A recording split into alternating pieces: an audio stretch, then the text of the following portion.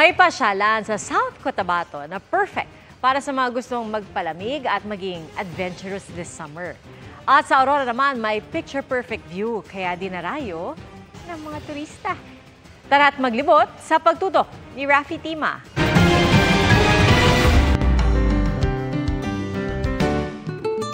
Takasan ng init at dumayo sa dulo ng Pinas.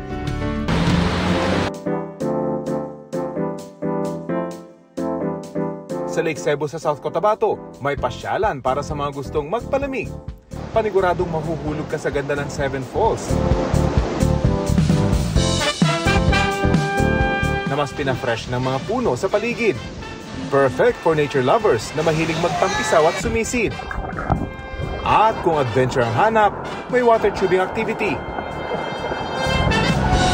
O ang nakalululang zipline na binansagang pinakamataas sa Southeast Asia. Tila heaven is a place on earth ang Lake Cebu na may picture-perfect na tanawin. At swak para sa pamilya at mga kaibigan. Mapipil mo talaga dito yung peace of mind kapag makakapag-relax ka talaga. Going north, patok sa mga turista, ang Bislac River sa Vintar, Ilocos Norte. Pwedeng mag-bonding over picnic o kaya habang nagkakayak. Kung feeling adventurous, itry ang zipline o mag-bike habang nasa ere.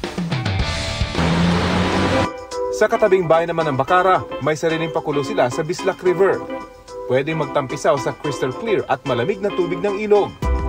May pakubo rin doon para pagtambayan at i-enjoy ang summer breeze. If you're too far from the north, pwedeng umaura sa Dingalan Aurora.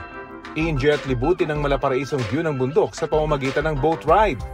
May mga rock formation din at kuweba na nakaharap sa Pacific Ocean. O, saan tayo sa susunod na pasyal o kahit food trip?